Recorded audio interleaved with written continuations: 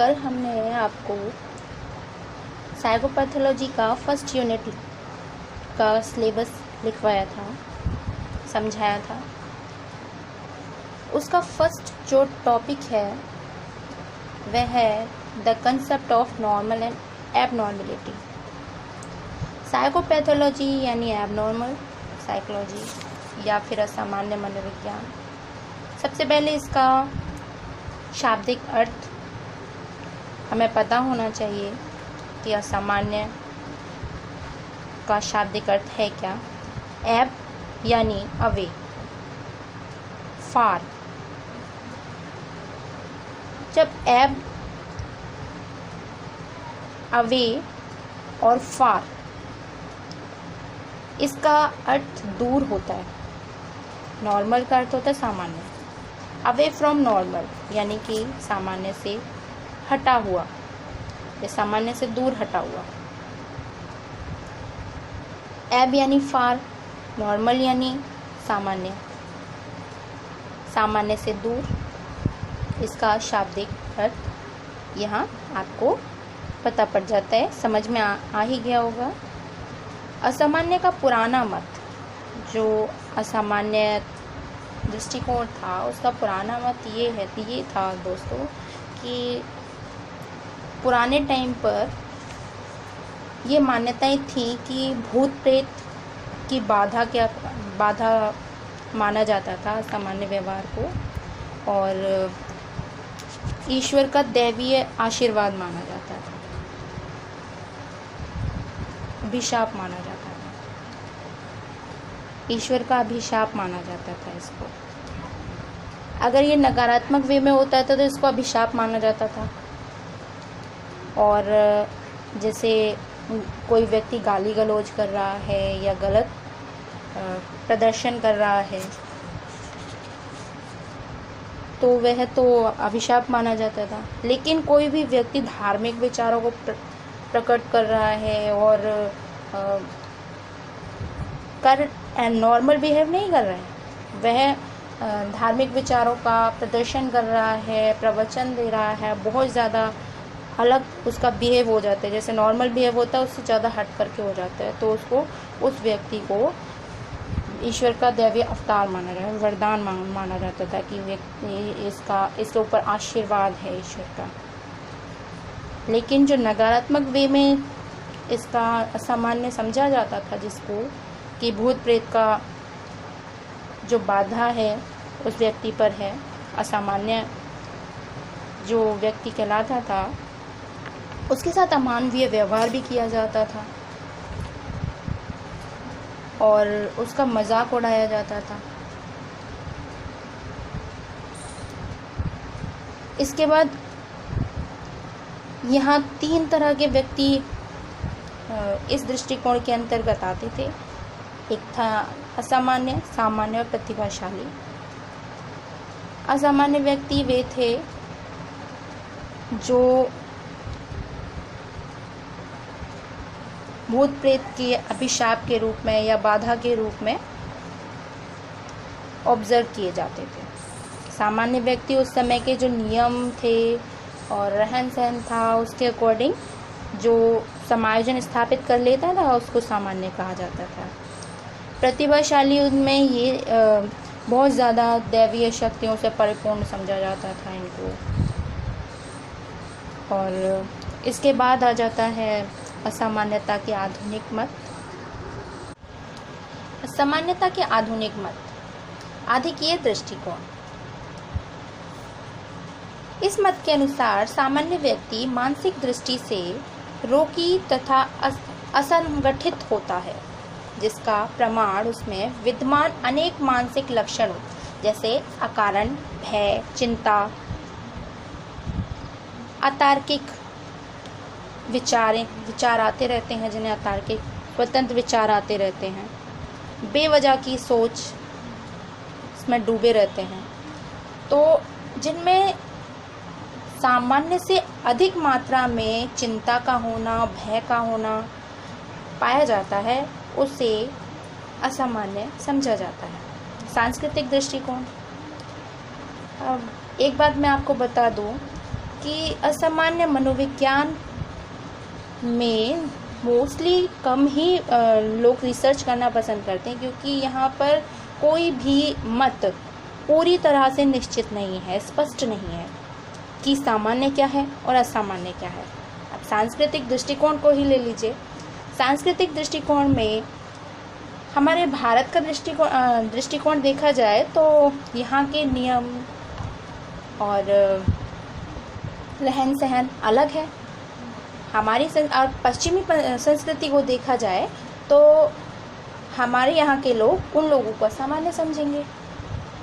अगर यहाँ पर पाश्चात्य संस्कृति को प्रदर्शित किया जाए तो यहाँ के लोग जो नियम बने हुए हैं उनको उसके विरुद्ध मानेंगे।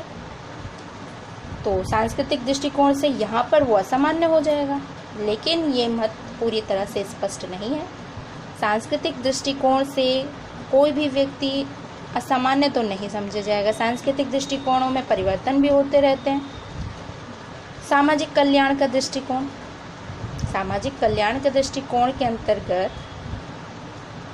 अगर कोई व्यक्ति केवल समाज कल्याण के कार्य ही कर रहा है और उसका खुद व्यक्तिगत कार्यों में किसी तरह का लगाव ही नहीं है, अगर कोई अपना खुद की खुशी को छोड़ करके केवल समाज कल्याण के कार्यों में ही लगा जाए तो उसको असामान्य समझा जाएगा। अगर मान लीजिए किसी की फैमिली है, उसके बच्चे हैं और वह अपनी फैमिली को, अपने बच्चों को, खुद को, अपने परिवार पर ध्यान ना दे करके केवल समाज कार्यों में ही लगा रहे, समाज कल्याण के कार्यों में ही लगा रहे, तो वह भी तो असामान्य समझा जाएगा। समाज कल्याण के कार्य भी करें और व्यक्तिगतता पर भी ध्यान दिया जाए, खुद पर भी ध्यान दिया जाए और परिवार पर भी ध्यान दिया जाए, तो ये सामान्यता होगी। लेकिन अगर ऐसा है कि एक ही पक्ष पर ध्यान दिया जाता है तो ये असामान्यता हो गई। व्यक्तिगत परिपक्वता का दृष्टिकोण, व्यक्तिगत परिपक्वता के दृष्टिकोण के अंतर्गत व्यक्ति की जो आयु होती है उसके अकॉर्डिंग उसका मानसिक स्तर मेजर किया जाता है। जैसे किसी व्यक्ति की आयु जितनी है 8 वर्ष है और अगर वह 5वीं कक्षा का जो परीक्षण है उसको पूर्ण कर पाता है, 8वीं कक्षा का नहीं कर पाता है, तो वह असामान्य कहलाएगा। यदि कोई 8 वर्ष का बालक है और वह 10 वर्ष के बालक का परीक्षण पूरा कर लेता है, भली प्रकार से पूरा करता है, तो वह भी असामान्य कहलाएगा, हालांकि वह प्रतिभाशाली में कहलाएगा। तो सामान्य जो है या तो वो निम्न स्तर पे होता है या बड़े हुए स्तर पे होता है, यह सांख्यिकी दृष्टिकोण में आएगा। व्यक्तिगत परिपक्वता में भी यही दृष्टिकोण चलता है।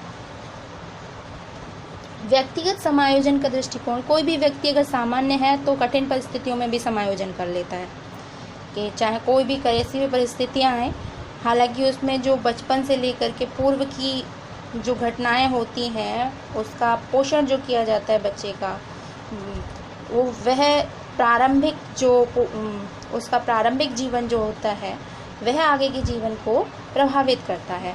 अगर वह कमज़ोर है तो आगे वह छोटी छोटी चीज़ों को भी बहुत ज़्यादा हाई लेगा और हार मान लेगा और किसी भी चैलेंज को एक्सेप्ट नहीं करेगा, किसी को समायोजन नहीं कर पाएगा, छोटी छोटी परिस्थितियों से भी डर जाएगा, तो वह किसी भी कठिन परिस्थिति में समायोजन नहीं कर पाता है। ऐसा व्यक्ति असामान्य कहलाता है।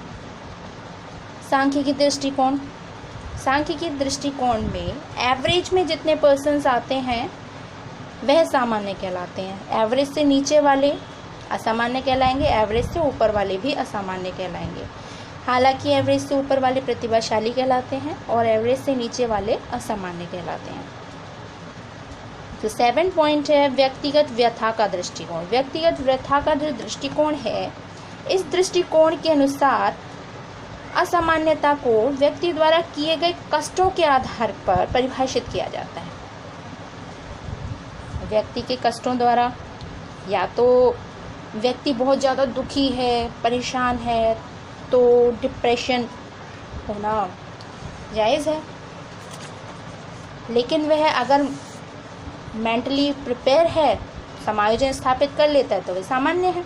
लेकिन अगर समायोजन स्थापित नहीं कर पाता है तो असामान्य है।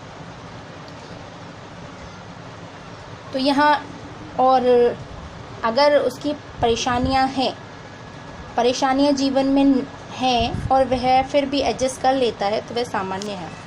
लेकिन अगर व्यक्ति एडजस्ट नहीं कर पा रहा है तो वह सामान्य ही कहलाएगा। व्यक्तिगत एकीकरण संतुलन का दृष्टिकोण भी इसके अंतर्गत आता है।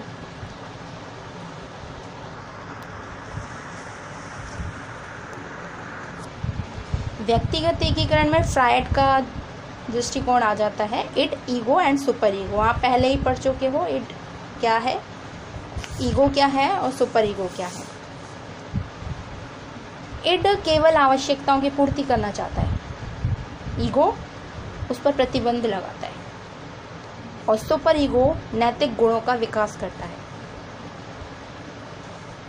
अगर यह असंतुलित हो जाते हैं, इड पावरफुल हो जाएगा तो वो केवल अपनी आवश्यकताओं की पूर्ति ही करना चाहेगा, वह चाहेगा ही नहीं कि किसी तरह का प्रतिबंध उस पर स्थापित हो।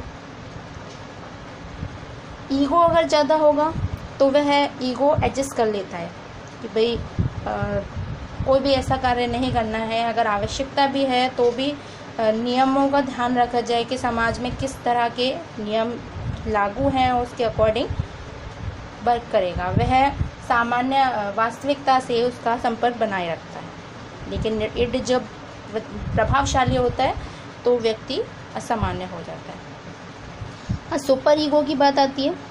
सुपर ईगो व्यक्ति के अंतर्गत नैतिक नियमों का विकास करता है। अगर ये नैतिक नियम अगर व्यक्ति का इड पावरफुल होगा तो उसमें नैतिक नियम कम होंगे, नैतिक नियम कम होंगे तो उसमें एंग्जाइटी बढ़ेगी, वह फील करेगा कि भाई कुछ तो बिहेवियर में एबनॉर्मल हो रहा है। ठीक है। व्यक्तिगत मानसिक उपचार का दृष्टिकोण, या मानसिक उपचार के दृष्टिकोण में अगर मान लीजिए किसी व्यक्ति का पहले उपचार हो चुका है, मानसिक उपचार हुआ है, तो उसको असामान्य समझ लिया जाता है।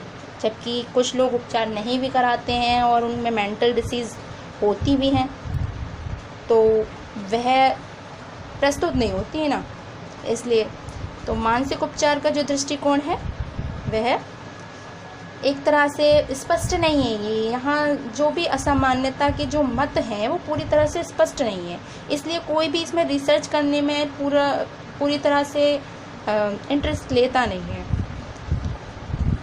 जेएफ ब्राउन का दृष्टिकोण, इनके अनुसार असामान्य व्यवहार सामान्य व्यवहार का अतिरंजित यानी अत्यधिक घटा या बढ़ा हुआ रूप है। अगर मान लीजिए बहुत ज़्यादा बारिश हो रही है और पानी रोड पर भर जाता है, बहुत ज़्यादा पानी भर जाता है, तो उसके पानी का बहाव बहुत तेज़ है, तो उसमें निकलने में जो दिक्कत होनी है, आपको डर लगेगा, लेकिन ये डर सामान्य है। लेकिन अगर नल का पानी बह रहा है और उससे व्यक्ति डरने लगे, ये हाइड्रोफोबिया कहलाएगा। पानी सामान्य डर का अत्यधिक बढ़ा हुआ रूप। अगर इसका अपोजिट लिया जाए तो बहुत ज़्यादा पानी बह रहा है और कोई व्यक्ति बहुत ज़्यादा गहरे पानी में, उसे तैरना भी नहीं आता और उसने छलांग लगा दी, ये अत्यधिक घटा हुआ विकृत रूप हो जाता है, अत्यधिक घटा हुआ रूप, अतिरंजित रूप हो जाता है। तो आज हमने आपका पहला जो टॉपिक है वो क्लियर कर लिया है। फ्रेंड्स, सारे जो हेडिंग्स हैं इनको अच्छे से लर्न कर लीजिएगा।